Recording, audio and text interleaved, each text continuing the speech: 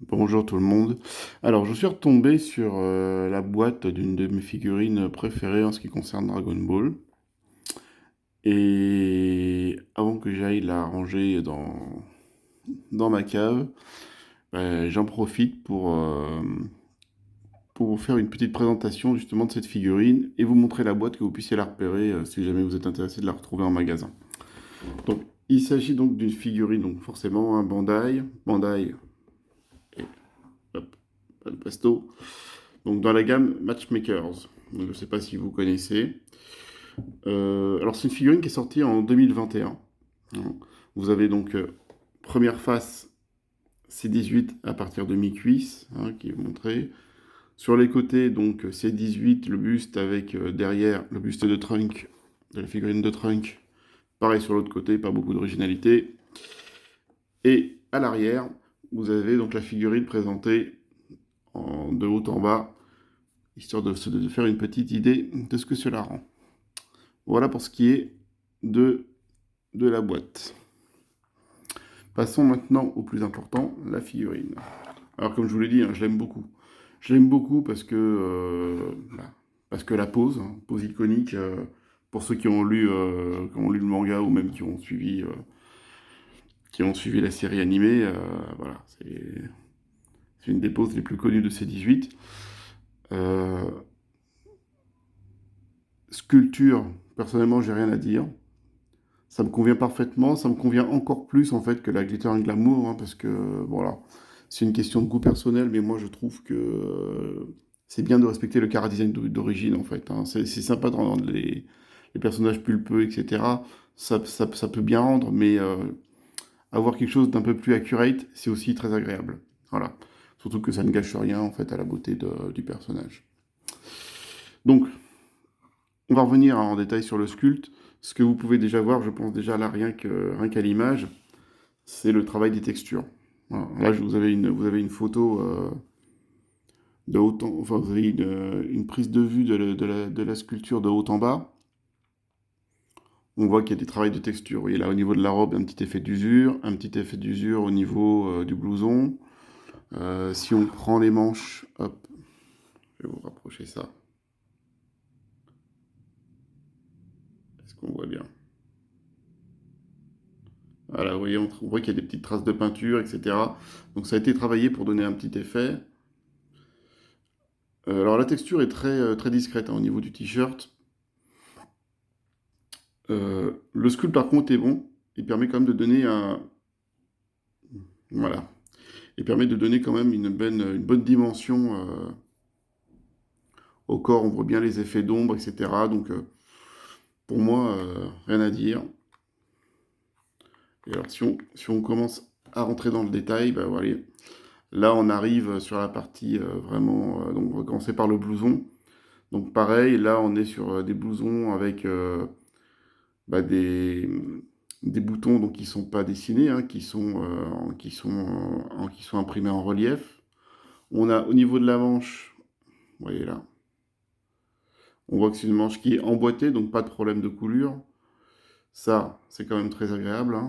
Quand on est collectionneur, on aime que le travail soit propre. Voilà, vous voyez, donc ça c'est super.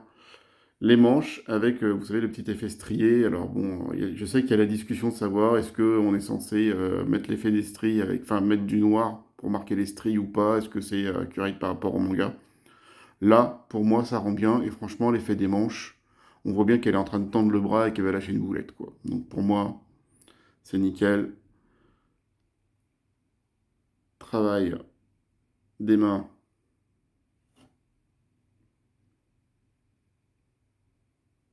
rien à dire. Pour moi, c'est parfait. La pose des mains, elle est vraiment bien étudiée.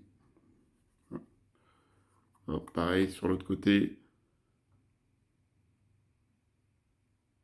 Hop, on a des manches bien travaillées avec des effets de relief, des mains avec des petits effets un peu de peinture là, pour rendre le bout des doigts un peu plus sombre.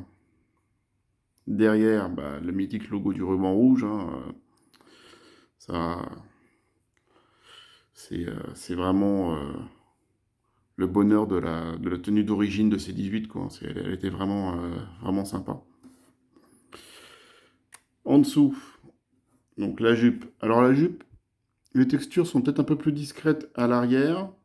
Il y a quand même un effet, si vous regardez bien par là, parce que je sais pas si ça se voit partout à l'image, on a quand même un effet texture, hein. Au niveau de la jupe, on a l'impression d'avoir affaire un peu à du vieux cuir ou à quelque chose comme ça. Les pochons de surimpression, avec leur, pareil, leurs petits boutons bien faits. Alors, ils sont bien faits, mais par contre, l'impression en 3D est pas... Enfin, la surélévation en 3D est pas très marquée. Mais ça passe très bien, hein, ce sont des... Voilà. Ce sont des petits pegs de poche arrière, donc c'est très bien. À l'avant, la ceinture. Bon, pour moi, rien de spécial à dire. On va faire le tour. Bon, là, on voit rien. Et avec encore un petit bouton qui a été mis en relief. La ceinture, les petits boutons au niveau des poches du jeans.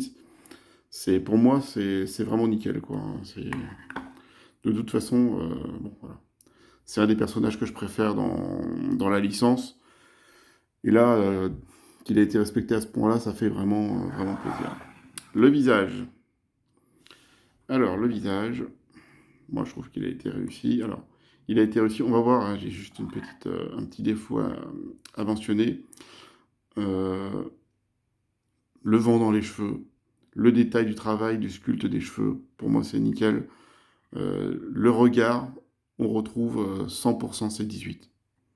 Ça pour moi, il n'y a pas de souci. Hein, je vous montre derrière. Et je vous montre aussi le seul défaut que je vois moi dans cette figurine. Alors qu'il se verra peut-être pas trop dans la vidéo, j'ai l'impression qu'elle se voit pas trop. Mais si on regarde bien, alors attendez, je vais attraper. Si vous regardez par là, juste en dessous de la pointe là, on voit une petite démarcation alors, qui est discrète et qui, selon la position, hein, si vous la mettez comme ça, vous la verrez pas. Si vous la posez comme ça dans votre vitrine, vous la verrez pas. Mais on a une petite démarcation qui, honnêtement, moi au début m'a dérangé, hein, comme un bon... voilà. Comme un... Je veux dire, avec mes bons réflexes de collectionneur un peu extrêmes, on va dire, parfois.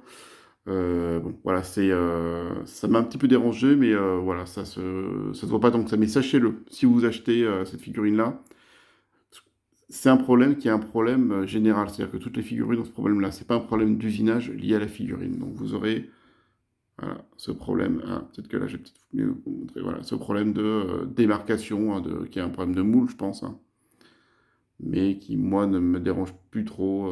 J'ai fait la paix avec ça. Donc après, à vous de voir. Voilà. Le bas. Alors, le bas. Alors, moi, le bas, j'aurais pas grand-chose à dire. Les jambes, oui, ok. C'est pas, pour moi, il n'y a pas de rien de spécial à dire. Alors, je l'ai depuis un certain temps et la peinture a pas l'air de bouger parce qu'il y a eu il y a eu des figurines de C18 où la peinture a commencé à partir en sucette au niveau des jambes du dessin décollant. Donc, mais bon, c'est que sur certains types de figurines. Donc, là, a priori, c'est de la peinture de bonne qualité qui a été posée. Avec toujours, hein, ça vraiment, c'est le truc que j'apprécie beaucoup. C'est que la jupe, hop, elle s'emboîte par-dessus.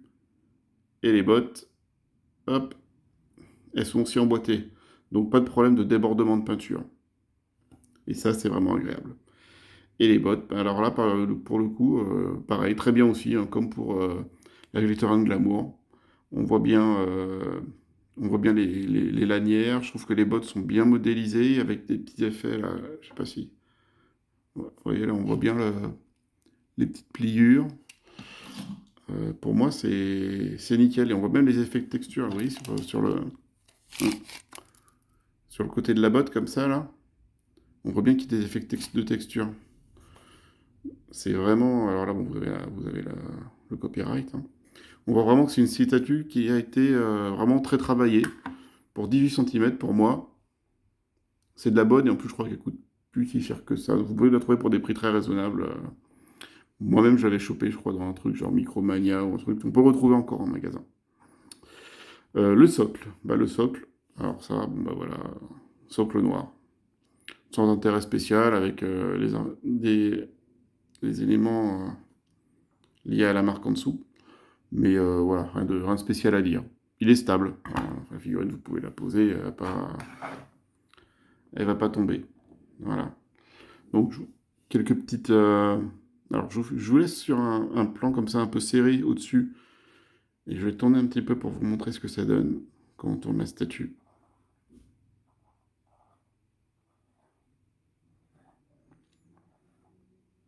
Elle a quand même la méga classe, hein. De toute façon, pour moi, dans Dragon Ball, c'est Krillin qui a fait la meilleure affaire. Voilà. Voilà. J'ai juste vous faire un gros plan sur le coup parce que je voulais pas montrer. Je sais pas si ça peut intéresser quelqu'un d'avoir ce genre de détails, mais voilà. Bien, bien travaillé. Bien travaillé. On voit que le creux du cou là est bien fait. Ici, là, c'est plutôt bien fait. Donc franchement, rien à dire. Je vous fais un petit 360 d'un peu plus loin. Hop. Voilà.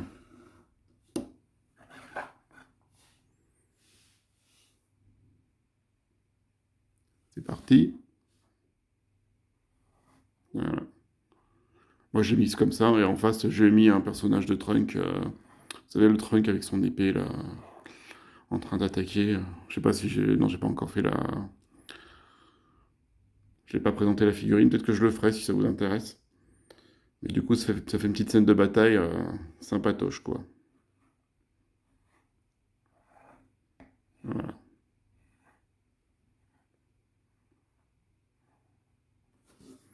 Donc voilà ce que j'ai à dire sur cette figurine qui, bah, moi, m'a bien hypé, et dont je suis toujours vraiment amoureux, quoi, en termes de qualité.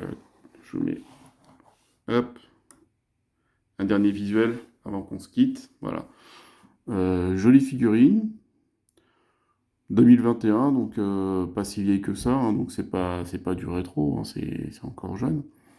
Et franchement, bah, joli, joli, rien de, pas de gros soucis, à part, je vous ai dit, le problème des cheveux, par là, oui, effectivement,